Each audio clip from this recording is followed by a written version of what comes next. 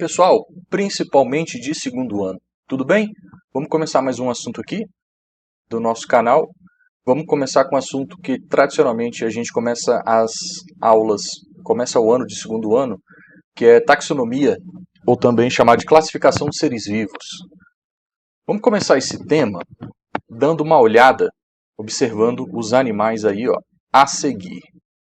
Então a gente tem um gafanhoto, a gente tem uma arara, a gente tem uma mosca e a gente tem um avestruz. Beleza, professor? Legal.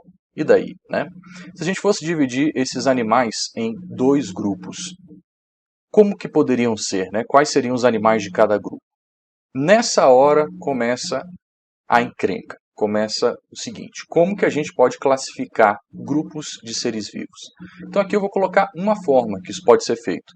Você poderia classificar esses dois em um grupo lá de cima, ó, grupo 1, que seriam, por exemplo, os invertebrados.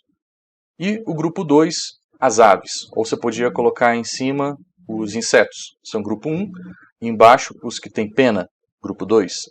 E aí começa, ó, professor, e se eu quisesse fazer os que são legais e os que eu acho feio?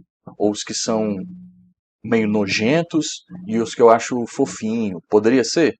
Poderia, tá? Poderia ser. Depende de qual o seu propósito, qual que é a razão que você está classificando os seres vivos. Beleza? A gente que é ser humano, a gente precisa classificar as coisas.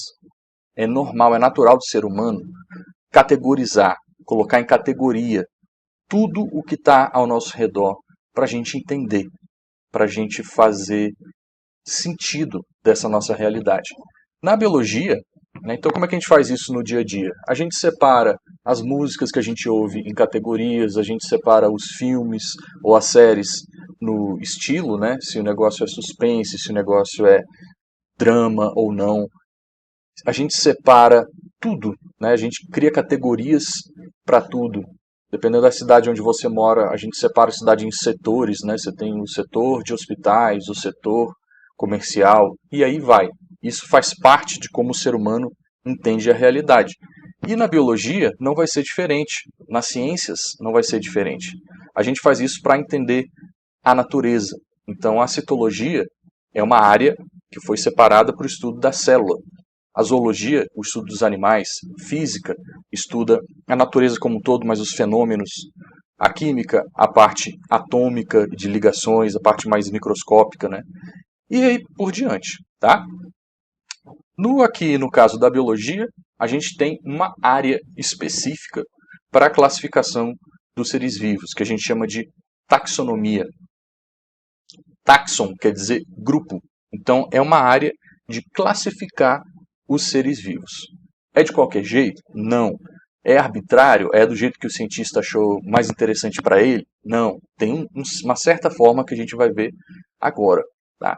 E por que a gente classifica? A gente classifica, que nem está aí na tela, para entender o caminho evolutivo das espécies, quaisquer que a gente estiver classificando. O exemplo mais próximo, o exemplo mais atual que eu dou é o exemplo do caso do coronavírus. Quando começou toda a situação da pandemia que a gente está vivendo, estou gravando esse vídeo em março de 2021, então quando essa situação toda começou em 2020, a primeira coisa que a gente precisou saber em relação a esse vírus é de onde ele vem, qual o caminho evolutivo dele, ele tem algum parentesco com outros vírus próximos ou não. Então a gente precisou classificar.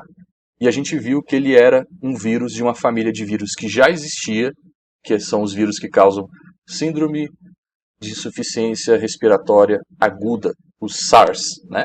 Tanto que esse vírus que causa a Covid-19 a gente chama de SARS-CoV-2. Isso é uma forma de classificar um ser vivo. Primeiro, para a gente entender o que a gente está estudando, quais são as melhores formas de abordar isso. No caso, como é um vírus, é uma pandemia, então quais são as melhores formas da gente entender para se proteger, para cuidar e assim por diante. Entender o caminho evolutivo, de onde ele veio, é um vírus antigo, é um vírus novo. Então esse é um exemplo bem recente, que essa área aqui de classificação dos seres vivos, ela é útil para o ser humano. ela faz parte do nosso dia a dia e ela pode salvar vidas. Então a primeira coisa é por isso que a gente classifica em espécies, que a gente vai ver aqui, né, nessa matéria. Quem foi o primeiro a fazer isso? Esse cara que está aqui, que é o nosso amigo Aristóteles. O Aristóteles foi o primeiro, né, pioneiro em ter essa noção que a gente pode classificar os seres vivos. Ele já percebia que você poderia usar a organização do corpo. Era um tipo de classificação bem visual. Você olhava para o ser vivo e usando o corpo dele como critério, você já podia separar em grupos, né? Então, por exemplo, golfinho e baleia, eles são muito semelhantes aos peixes. Então, até você poderia colocar, usando só a parte da anatomia, ele junto com os peixes. Por quê? Porque tem nadadeira, porque são seres vivos aquáticos. Mas se você olhar por outro lado, ó, a organização corporal parece muito com um mamífero. Então tem vezes que ele é semelhante aos peixes e tem vezes que eles, golfinhos, são semelhantes aos mamíferos. Então também já começa um problema, né? Em qual grupo você vai colocar? Mas o Aristóteles, isso muitos anos lá atrás, já estava entendendo que a gente pode organizar os seres vivos desse jeito, né? Depois do Aristóteles, esse assunto de classificação em grupos, etc., ficou meio sem progresso, ninguém ligou muito para isso até a época ali do Renascimento, na Europa. Então veio esse nosso amigo aqui. Olha a cara dele, olha ele aí. Quem que é ele? O Linneu. Ele é um cara muito famoso, tudo bem, na biologia, nas ciências como um todo. Por quê? Porque o Linneu, lá, 1707, 1778, ele ali no século XVIII, dos anos de 1700, ele foi o que usou, que criou, que cunhou a noção de espécie na hora de você classificar um ser vivo. Então isso que a gente tem hoje, de achar uma espécie nova, ou tal espécie vai entrar em extinção, esse lance, né, de classificar os seres vivos em espécie, isso foi uma proposta, isso foi colocado pelo Linneu lá atrás, né? Então, como que ele falava que a gente poderia fazer isso? Usar a característica anatômica, da anatomia do ser vivo. Então, você vai classificar um ser vivo numa mesma espécie que um outro, se as características anatômicas forem praticamente idênticas.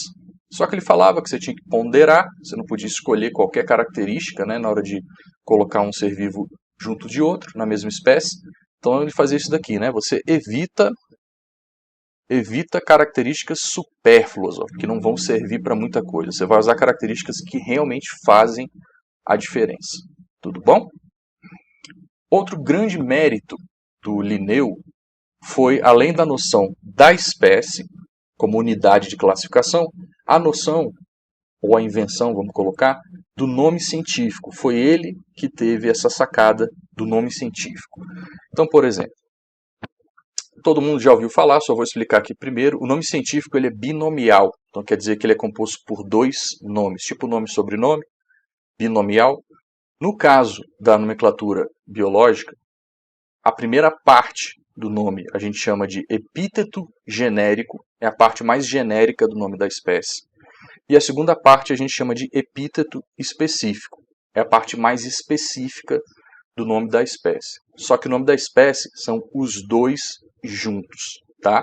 Não é nem a primeira parte e nem a segunda parte. O nome da espécie são os dois juntos. Então, por exemplo, Homo sapiens é o nome científico da espécie humana. Então, o Homo sapiens, a parte homo, a primeira, é a parte do epíteto genérico, é a parte mais genérica. A parte sapiens é a parte mais específica.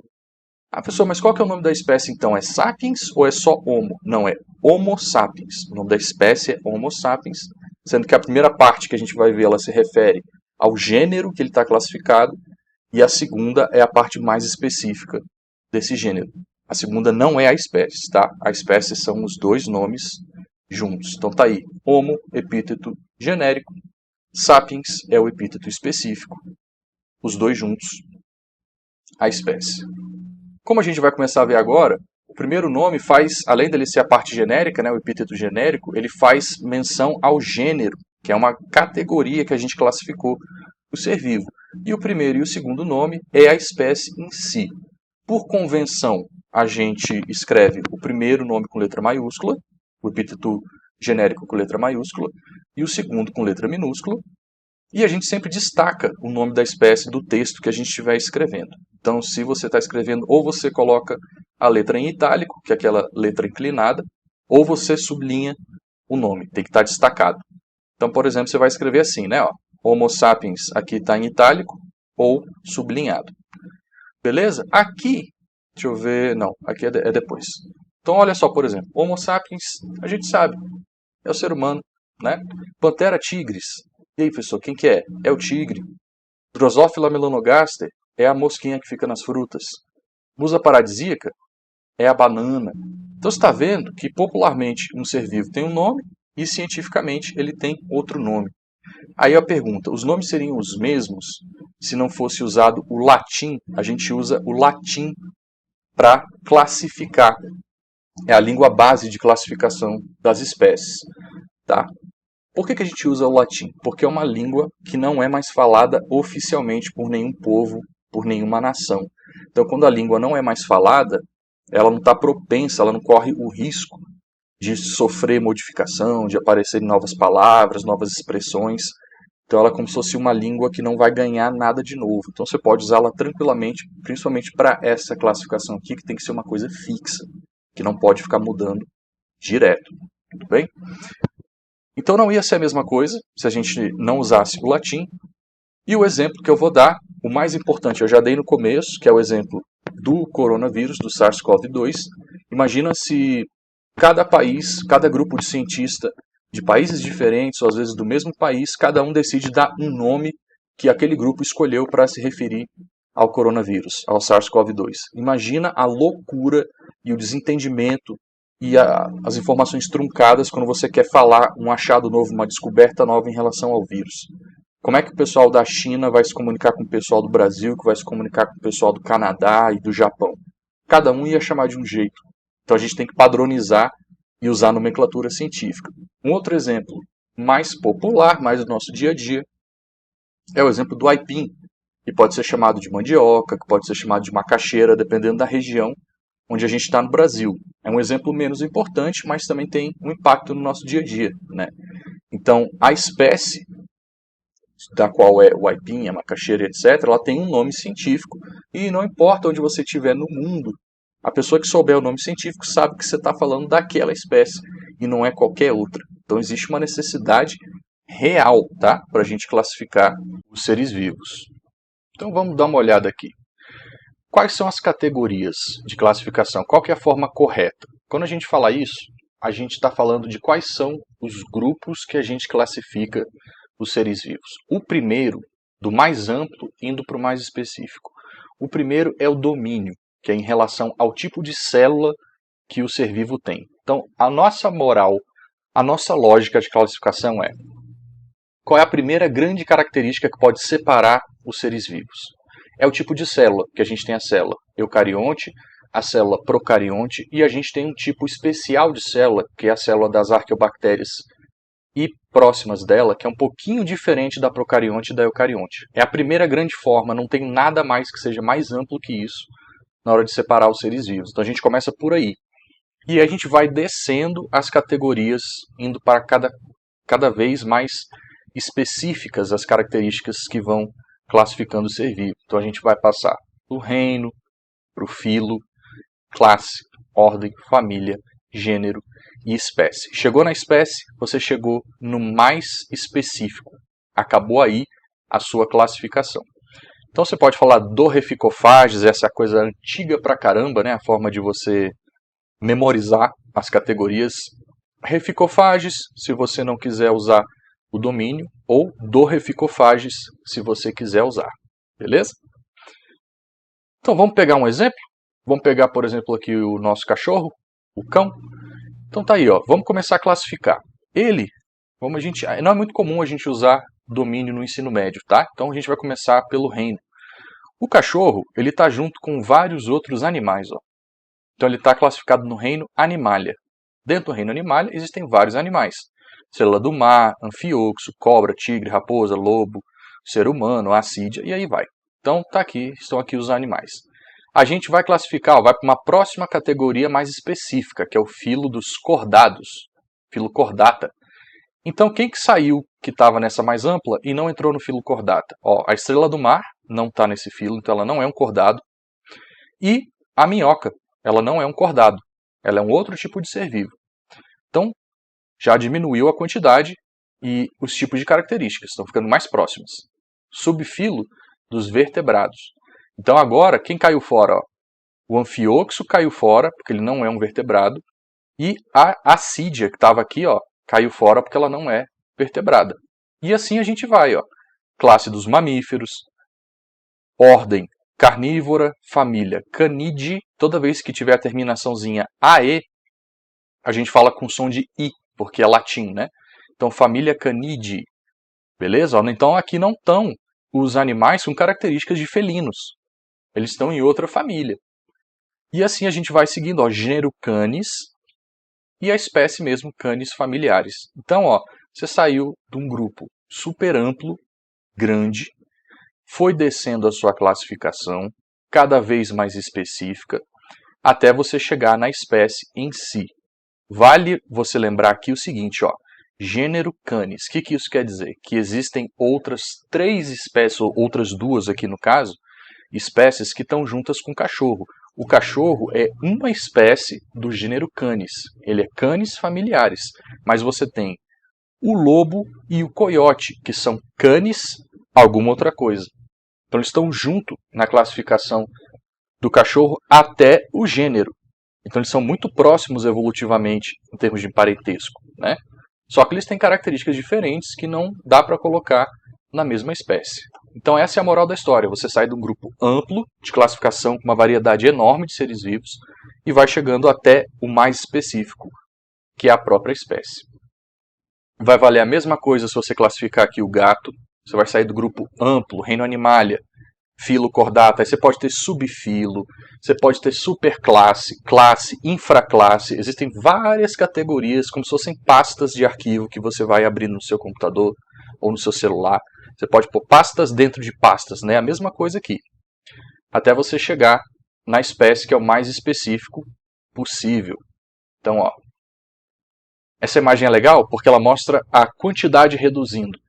Reino Animalia, mais de 1 milhão de espécies. Filo Cordata, cadê o nosso laserzinho? Mais ou menos 40 mil espécies. Classe das aves cai para 8.600. A ordem dos passeiriformes, 5.160 espécies. A família Parulide cai para 120 espécies. O gênero Dendroica, 28. E essa específica aqui, ó, Dendroica fusca, é uma espécie de um pássaro específico. Então, você tem 28 ou 27 outras dendroicas que não são essa fusca, são outra coisa. Dendroica X, Dendroica Y, Dendroica A, Dendroica B, beleza? A moral da história é essa. Então, o Linneu usou a espécie como unidade básica, né, de classificação, e a gente precisa definir o que é uma espécie, para a gente também não ficar no escuro sem saber o que é isso que a gente chama de espécie. Por que, por exemplo, o ser humano não é da mesma espécie de uma cobra? Por que o ser humano não é da mesma espécie de um orangotango? Tá? Eu usei 2 exemplos, um mais extremo e um mais próximo. Por que o ser humano não é da mesma espécie que um chimpanzé? Então, como é que a gente define espécie, né? Tem várias definições diferentes. Você pode pela genética, você pode pela ecologia, você pode pela fisiologia, só que a gente vai usar a definição do Ernst Mayr, que ele sugere o seguinte, ó. Espécie é grupo de população natural que tem ou estão se intercruzando, está tendo reprodução entre esses grupos. Eles não cruzam com outros grupos, então eles estão isolados reprodutivamente desses outros grupos. E quando eles reproduzem, eles deixam um descendente fértil. Tá? Isso aqui eu quero falar bem claro. A palavra espécie, ela quer dizer tipo. Se você for no dicionário, espécie, tem lá, tipo. Já viu? Ó? Fulano chegou lá no lugar que a gente estava, uma espécie de celular novo. Ó, um tipo de celular novo.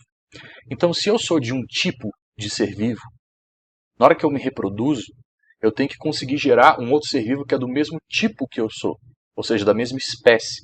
Por isso que essa questão de você reproduzir um ser vivo de um tipo com outro e dessa reprodução sair um ser vivo que também consegue reproduzir, é essencial, porque você está produzindo os novos seres vivos daquela sua espécie, daquele seu tipo.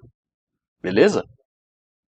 Então, por que a gente é preciosista? Por que a gente é tão detalhista com o conceito de espécie? Porque a taxonomia toda, e a ecologia também, aqui no caso a taxonomia, toda ela está fundamentada nessa unidade do que é uma espécie. Beleza? Ela é o fundamento, ela é a unidade principal. Então, quando a gente fala de ecologia, população, comunidade, ecossistema, nicho, habitat, etc., só faz sentido se você define primeiro o que é uma espécie. Aqui na taxonomia, na classificação biológica, só vai fazer sentido quando a gente entender o que é a espécie que a gente está classificando. Tá? Então, a espécie aí está para ecologia e taxonomia, assim como o gene está para a genética. Eles são os fundamentos daquela área de conhecimento. Então, a gente chega nessa parte aqui, que é a classificação pessoal em comparação com a classificação biológica, que é a seguinte: ambas são arbitrárias dentro do que você escolhe para classificar.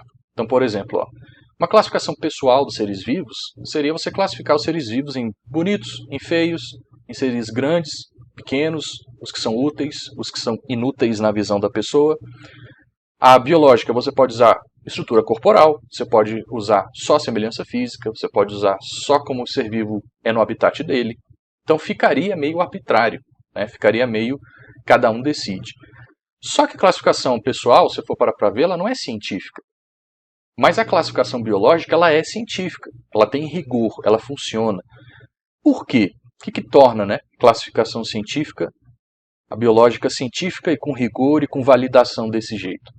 O que esse nosso amigo aqui trouxe de conhecimento. Esse é o Charles Darwin. Olha aí. E ele trouxe, gente, na obra, no livro dele, A Origem das Espécies, a noção que já existia, mas ele fundamentou ali, sistematizou legal a ideia de parentesco dos seres vivos do planeta Terra. Todo ser vivo, em algum momento no passado, tem um parentesco em comum, tem um ancestral em comum. Da mesma forma que se você seguir uma família, você vai vendo que a família vai pegando os seres mais velhos daquela família, você chega num ponto em comum, que daquele ponto saiu todo o resto da família. Né? Uma família de pessoas, aqui no caso que eu estou falando. É a mesma coisa com os seres vivos. Todos vão se encontrar em algum ponto com um ancestral comum. E é daí que vem a parte científica da classificação de seres vivos. É a evolução e o parentesco. Eles são o fio condutor da classificação, e é isso que faz a classificação científica biológica ser científica. Tá? Então a classificação moderna, mais moderna de todas, usa a evolução como fio condutor. Então é comum que hoje em dia, né, a gente não use categorias que o pessoal lá da época do Linneu usava, que o pessoal da década, sei lá, de 70, de 50, 1950, 1940 usava. A gente tenha novas características sendo levadas em consideração por causa da evolução. Então a gente não tenha mais algum filo, ou não tenha mais uma família, e tenha novas famílias, novos gêneros, e aí por aí vai. Né? Porque, principalmente, as categorias tradicionais não refletem o parentesco. Tá? Que era família, por exemplo, não pode ser evolutivamente uma família. Então a gente tem que mudar. E isso vai levar a um conceito importantíssimo, que é a noção de filogenia, ou de árvore filogenética. Toda vez que você ouvir falar a palavra filogenia, quer dizer que você está falando da história evolutiva de alguma coisa, de um ser vivo, de um grupo de seres vivos. Tá? Ouvir falar filogenia tem a ver com a história, a caminhada evolutiva. Então isso acontece quando você faz a classificação. Na base, você tem os primeiros seres a aparecer no planeta Terra. Beleza? Que a gente vai ver que são os seres do reino Monera. Um grupo desses seres do reino Monera deu origem ao outro grupo, que é o reino Protista. A gente está fazendo a classificação e está surgindo uma árvore, como se fosse o tronco mais antigo, os ramos e os troncos aqui, o tronco mais antigo, e os galhos, ramificações dos troncos mais recentes evolutivamente. Então um grupo do Monera deu origem ao protista, uma parte do protista, que era mais semelhante aos vegetais, acabou dando origem às plantas, uma parte do protista deu origem aos fungos, e uma parte dos protistas deu origem aos animais. Então a parte de cima da árvore aqui, né, seria o mais recente, e aqui os mais antigos. Não quer dizer que aqui é mais evoluído e aqui é menos evoluído, que aqui em cima é melhor e lá embaixo é pior. Não. Só quer dizer que um é mais antigo e o outro é mais recente na história da Terra. Olha lá. Um arranjo de árvore, né? Você teria o tronco, a base, mais antiga, e você vai ramificando nos galhos e nas folhas aqui, que seriam os grupos mais recentes. Então aqui, gente, são formas de você mostrar parentesco com classificação. Aí você tem a classificação de alguns tentilhões, que é um tipo de ave. Você começa lá embaixo, ó, com um ancestral comum que veio do continente sul-americano, e esse ancestral deu origem a todas essas espécies aqui. Você pode ver que você está refletindo ao mesmo tempo parentesco e classificação. Ó. G. scandens. Então, quer dizer, G é o gênero, você abrevia, né? Scandens. Olha esse daqui, ó. C. pauper e C. pálidos. Ó, eles são do mesmo gênero, só que eles são de espécies diferentes, porque a parte específica do nome é diferente. Então, você está mostrando uma árvore filogenética aqui, com parentesco e classificação ao mesmo tempo. Mesma coisa, ó, você tem uma árvore filogenética aqui, só que aqui no caso ela está deitada, dá na mesma dos hominídeos, dos seres que tinham características já consideradas humanas, né? Então, ó, os australopitecos, milhões de anos lá atrás, ao redor de 4 milhões de anos mais ou menos. Uma parcela deles deu origem aos parântropos, que deram origem a outros australopitecos. Ó, aí começa a aparecer na história da Terra o gênero Homo. Então é um grupo de seres, né, que a gente chamou de Homo alguma coisa. Homo habilis, Homo erectus, Homo ergaster, ou Homo neanderthalensis, é o homem de Neandertal. E o Homo sapiens. Então se você está vendo aqui nessa imagem, nós seres humanos, Homo sapiens, somos uma espécie de um gênero que já teve várias outras espécies que hoje em dia não estão mais aqui no planeta Terra, elas já foram extintas. Nós estamos aqui, né? Homo sapiens está aqui, sobrevivendo, vivendo, não se sabe até quando. Então só para você ter uma ideia que aqui é mais uma vez uma árvore filogenética mostrando parentesco e classificação. Todos esses nomes que estão na tela têm gênero e parte específica, né? O nome da espécie, refletindo o parentesco dela. Como que a gente usa hoje em dia? Usando clados, que é o que a gente já vem mostrando aqui, ó. Que é um cladograma, por exemplo, ó, esse arranjo que parece essas coisas assim para cima que você está vendo, ó, são os cladogramas, é uma forma de mostrar parentesco e de classificar o ser vivo. Então o que é isso? Clado é um grupo que partilha um ancestral comum. Então se você estiver olhando essa galera que está sendo mostrada em vermelho aqui, ó, se eu chamar essa aqui de cima de espécie A, B, C, D e E, A, B, C, D e E tem um ancestral comum bem aqui, ó. Esse pontinho aqui onde está o meu laser é o ancestral que deu origem à espécie E, depois deu origem a uma espécie aqui intermediária, ou ali no tempo ali, que depois deu origem à espécie D, que depois deu origem a esse ancestral aqui, que deu origem à espécie C, e depois deu origem a esse ancestral que bifurcou na espécie B e na espécie A. Então, se você olhar aqui, qual que é a mais antiga?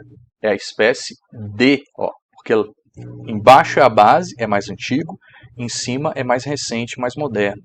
Então, quem dividiu primeiro, existe há mais tempo aqui como espécie no planeta. Quem dividiu depois, aqui em cima, existe de forma mais recente. Então a espécie A e B são bem próximas uma das outras, ó. A e B são bem próximas uma das outras, mais distantes de B, C e D, mas ao mesmo tempo as 5 são próximas, porque elas têm um ancestral comum aqui. Elas já são mais distantes do pessoal que está em verde, ó, beleza? E do pessoal que está em azul. Mas todos esses três têm um ancestral comum lá embaixo. Não tem para onde você fugir. Isso é um fato da vida, é um fato biológico, né? Então, isso que a gente mostra dessa forma, desse arranjo, é o cladograma. Essa é a forma também de mostrar parentesco e classificação. Tá bom? Olha aí, ó. Então aqui, quando a gente tem uma linha dessa preta, quer dizer que aquela espécie está vivendo a vida dela. Com o passar dos anos e dos milhares de anos ou milhões de anos. Ela está vivendo a vida dela. Quando existe essa bifurcação, quer dizer que teve um evento, alguma coisa que fez especiar, criar uma espécie. Então, ó, esse grupo que vinha vivendo, você vinha subindo, teve um evento de especiação, ele deu origem à espécie A. Então a A existe há muito tempo. Aí um outro grupo, que não se sabe aqui nesse exemplo quem era, continuou vivendo, ó, subindo, até que teve um outro evento de especiação que deu origem à espécie B, tá vendo? Então a B é a segunda espécie a aparecer nesse grupo aqui. E esse grupo foi vivendo até chegar nos dias atuais e dar origem à espécie C. Então, ó, quem que é o ancestral de todo mundo aqui? É essa linha preta que simboliza um grupo de ser vivo que vinha vivendo e deu origem a A. E depois a origem ancestral de B e C e depois a origem a C. Então, esse é o mais antigo, A é o primeiro, B é o segundo, C é o terceiro. Isso é história evolutiva, gente. É a história de como que a espécie foi aparecendo, como um deu origem ao outro. Beleza? Então a gente está vendo, claro, que a classificação biológica ela é dinâmica. A gente tem um exemplo do Covid, né, para mostrar isso. O SARS-CoV-2 era um vírus desconhecido e a gente teve que classificar, então a classificação está mudando toda hora. Aí, ó, muda de acordo com os novos achados. E o Whittaker foi um cara que teve uma importância muito grande porque ele criou os reinos mais tradicionais que a gente usa em ensino médio, que são os reinos Monera, Protista, Fungi, Plantae e Animalia. Monera, as bactérias, Protista, os protozoários e algas, Fungi, os fungos, Plantae, as plantas e Animalia, os animais. Tá? Ensino médio, a gente ainda considera Monera, Protista, Fungi, Plantae e Animalia. Se você for mais atual possível, ensino superior de biologia, a gente não usa mais Monera, já é outra divisão. Mas pra gente aqui, que é ensino médio, tá o suficiente, tá? Então vamos dar uma olhada aqui, ó. Se você for usar os domínios, ó, domínio bactéria, domínio árquea e domínio eucária, são os três grandes domínios. Não sei se você lembra quando a gente falou de divisão por célula, né? O tipo de célula de bactéria é diferente do tipo árquea, que é diferente do tipo eucária. São as três grandes divisões. A divisão em 5 reinos é a que a gente vai usar. Monera, Animalia, Fungi, Plantae e Protista ou Prototista. Tá na mesma. É essa aqui que a gente vai usar. Mas ó, se você quiser usar uma divisão bem mais específica, ó, você teria o reino bactéria, o reino árquea, o reino animalia, reino fungi, plantae, arqueozoa, protozoa, cromista. Qual que a gente usa em ensino médio? 5 reinos. Tá? É assim que a gente vai usar. E é assim que eles vão ficar. Ó, a mais usada é o Whittaker, mais adotada na nossa matéria, e como é que eles vão ficar numa forma de árvore filogenética, a filogenia dos reinos. Fica assim, ó. O Monera é o mais antigo, ele está aqui. Tá? A primeira coisa para você não se confundir é achar que todas as bactérias se transformaram nos protistas que estão aqui em cima.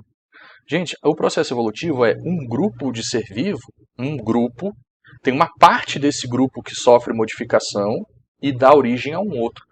Essa outra parte do grupo continua vivendo a vida. Tá? Então as bactérias ainda existem hoje em dia. A gente pode pegar uma infecção bacteriana na garganta, uma doença causada por bactéria, né? Hoje em dia. Elas não deixaram de existir. Então não fica na cabeça o lance de todos os seres de um grupo se transformarem no próximo. Então é uma parcela, é uma parte do grupo que sofreu transformação e deu origem aos próximos seres na história evolutiva. Aí você tem o grupo aqui, ó, dos prototistas ou protistas. Aí uma parcela deles deu origem à animalia, uma parcela desses protistas aqui deu origem aos fungos e uma parcela deu origem às plantas. Então o resto que está lá embaixo não deixou de existir, continua existindo. A gente tem bactéria ainda hoje em dia, a gente tem alga hoje em dia, protozoário hoje em dia, beleza? Não cometa esse erro, não confunda achando que evolução é um ser vivo virar o outro. Não é, tá? Então vamos dar um geralzão nos 5 reinos para a gente terminar aqui. Então essas que você está vendo são bactérias. Tá aí, ó, são todas imagens de bactérias, é o reino Monera. Para você estar no reino Monera, você tem que ser procarionte, ou seja, você tem que ter célula que não tem núcleo definido, não tem a carioteca. Beleza? 2 grupos bem distintos, as bactérias e as arqueobactérias, a gente vai falar delas. Arquea vem de arqueos, arcaicos, quer dizer antigos, são bactérias que gostam de condições de vida muito parecidas com a da Terra primitiva, da Terra de bilhões de anos atrás. Isso que a gente chama de arqueobactérias, bactérias antigas que gostam de condições antigas. Bactérias extremas, né? Aqui a gente tem os protozoários, algumas algas, ó, isso por incrível que pareça não é um ralo, isso daqui é uma alga com esse ornamento todo aqui. Isso aqui é uma ameba, isso aqui é uma alga unicelular também. Então esse é o próximo reino, o reino protista ou prototista, tá? Olha lá, ó.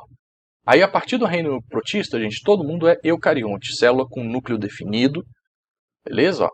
Então, falou em protista, falou protozoários e algas. Então pode ser que ele seja unicelular ou multicelular, pode ser que ele que está lá no reino protista seja autótrofo ou heterótrofo, lembra disso? Produz o próprio alimento ou não produz o alimento, tem que se virar na vida para conseguir o alimento. Os protozoários são eucariontes, unicelulares, são feitos de uma célula só e não produzem o próprio alimento, heterotróficos. As algas também são eucariontes, uni ou multicelulares e fazem fotossíntese. Reino polêmico, né, porque tem várias origens diferentes, dá origem a coisas bem diferentes, a plantas, animais, a fungos, mas esse é o reino protista ou prototista. Esse aqui é tranquilo. Cogumelo, professor? O que é isso? Fungo.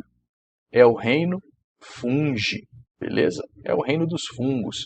Então o fungo ele é eucarionte ou eucariótico, tem o núcleo definido na célula. Ele pode ser multicelular, grande, pode ser visto a olho nu, cogumelo é um exemplo, ou pode ser unicelular, o fungo em si é uma célula só. E heterotróficos não produzem o próprio alimento. Antigamente o pessoal achava que parecia muito com alga, até classificava junto com as plantas, tudo bem? Que no caso eles não têm célula vegetal, tá, gente? Eles não têm cloroplasto nas células, então não pode ser considerado alga por causa disso. Ele tem um tipo de célula diferente que a gente vai ver. É uma célula eucarionte ainda, só que tem uma diferença na estrutura que não faz ele ser um animal, por exemplo, tá? Então ó, já foi antigamente classificado no plantae e no protista. Aqui são as plantas, ó. A gente tem ali o musgo, a briófita, né? Samambaia, aqui você tem o pinheiro, você tem o ipê, então é o grupo do plantae. Se você for bem rigoroso, você chamaria de planti, né? Porque não sei se você lembra que eu falei, quando termina em ae em latim, a gente fala com som de i, né? Mas todo mundo fala reino plantae. Beleza? Ah lá, ó. Planta, eucarionte, planta é multicelular, planta faz fotossíntese, autótrofa, fotossintetizante. Bem diferente das algas, são muito mais complexas que as algas, muito mais variadas que as algas. Então tem planta que tem semente, que não tem semente, que tem fruto, que não tem fruto. Então tá aí, ó, por que as algas não estão classificadas no reino plantae? Porque para você ser classificado no plantae, principalmente você tem que produzir um embriãozinho na hora que você se reproduz. Se você é uma planta e você reproduziu, você produz um embriãozinho que a partir desse embrião vai aparecer a nova planta. A alga não faz isso. E é principalmente por isso que ela não está classificada no reino plantae. Tudo bem? Aí, claro, a gente tem lá, ó, aves, peixes, você tem anfíbios, você tem o ser humano, ele está classificado, além de vários outros. A gente tem o reino animalia. Então o animal ele é eucarionte, ele tem célula com núcleo definido, ele é sempre multicelular, não existe um animal de uma célula só, e o animal não produz o próprio alimento, então ele tem que ter estratégias de conseguir o alimento e a energia para ele. Então grande variedade vai desde as esponjas, esponja do mar, até os mamíferos, então os mais antigos na história evolutiva da Terra, as esponjas, até os mamíferos, os mais recentes. A gente tem uma gama enorme de seres que são considerados animais aí no meio. E o que faz para você classificar um ser vivo como animal? Durante a vida embrionária dele, tem uma hora, um momento muito específico chamado de blástula. Quando o embriãozinho dá umas dobradas e forma uma estrutura que a gente chama essa estrutura de blástula. Então, se o ser vivo passa por esse momento, você está vendo lá o ser vivo, o desenvolvimento dele, olhou, caraca, ele está passando pela blástula. Então, você vai classificar ele no animalia. Beleza? Você usa isso como classificação para o animalia. E esses aqui, deixei por último. Olha lá, isso daqui é tudo imagem de microscópio. Quem são esses? Aqui nesse quadro aqui, ó. Os seres são esses em verde, tá? São esses em verde. Tem uns que parecem uns robôs, ó. Muito louco, parece ficção científica. Esses mais redondinhos, com umas estruturas apontadas para fora. Esses menorzinhos aqui. Quem é essa galera aqui, professor? Esses são os vírus, Tá? A gente vai ter uma aula só dedicada a eles. Eles são um caso à parte. Por quê? Eles não estão classificados em nenhum dos 5 reinos. Por quê? Porque eles não são feitos de célula. O vírus não é feito de célula. Ele não tem célula, você pode falar que ele não tem célula, que ele não é feito de célula, que ele não é constituído de célula. O que importa é, por ele não ser feito de célula, ele vai procurar uma célula e vai escravizar essa célula para fazer o que ele precisa para se reproduzir. Mas ele oficialmente não é considerado um ser vivo. Se você for olhar nos livros, a classificação mais aceita, ainda oficial, é que ele não é um ser vivo, pois ele não é feito da unidade básica da vida, que é a célula.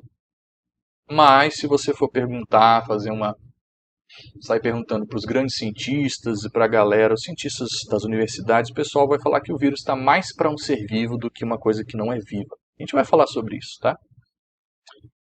Não há uma definição ainda certinha, a oficial que não é ser vivo porque não é feito de célula. Então, acelulares, acelular não é feito de célula. Isso faz com que ele seja um parasita obrigatório, né? Que ele precise parasitar uma célula para ele conseguir fazer o que ele precisa para se reproduzir. E é o que a gente está vivendo hoje em dia com a situação do coronavírus desde 2020 e já em março de 2021. Beleza? Então ele só tem metabolismo quando ele está dentro da célula. A gente vai falar especialmente do vírus mais para frente. Então com isso a gente termina essa aula de taxonomia, classificação dos seres vivos. Então saiba, classificar o ser vivo é essencial para a gente entender o caminho evolutivo dele.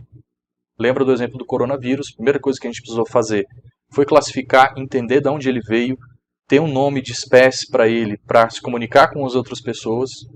Todo ser vivo pode ser classificado, a gente usa características incomuns, a gente usa aqueles grandes grupos, né, desde o domínio até a espécie, e o fio condutor que faz a classificação ser científica é a evolução e o parentesco. Lembrando que a gente usa nomenclatura binomial, parte genérica, parte específica, e os dois nomes juntos é que são a espécie em si. Beleza? Então, vejo vocês na próxima aula, um abraço para vocês, e se cuidem.